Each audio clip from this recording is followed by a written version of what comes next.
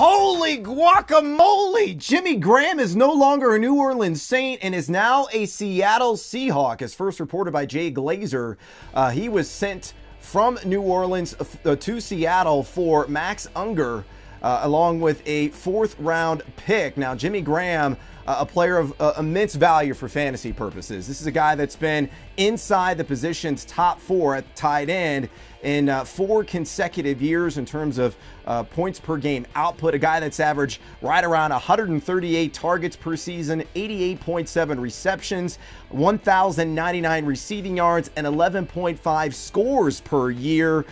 He's usually a player that most people would take as one of their first 2 or 3 picks overall, but that may no longer be the case in Seattle. If you look at the Seattle tight ends, and granted they weren't nearly as talented as Jimmy Graham last year, the 16th most productive tight end crew in the entirety of fantasy were the Seattle Seahawks, netting shy of 800 yards and just a handful of touchdowns. Now, Graham is an entirely different animal, a guy that's 6'7".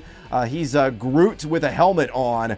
A player that Russell Wilson and him will probably connect early and often together. I think Russell Wilson sees a significant uptick in value overall as well. However, this is still a very conservative offense as a whole, so I would expect a little bit of a decline in receptions and receiving yards, but still he should be good for around 8 to 10 touchdowns in 2015. Now, down by the bayou in Nolens, there's a lot of question marks here. Maybe the Saints go out in the NFL draft and pick up a Max Williams, kid out of Minnesota, who's very similar in style and substance as Jimmy Graham and a cheaper option.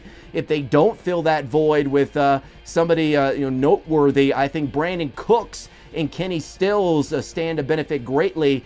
Those two guys could see maybe upwards of 7 to 9 targets per game and what will be a high-flying offense in New Orleans, as it always is. And in terms of Drew Brees' value, this is definitely something that will hurt his ADP come draft time. Maybe not a lock for a top 5 pick at the quarterback position this season. Again, wild, wacky, it's the NFL, it's the offseason, and there's more yet to come.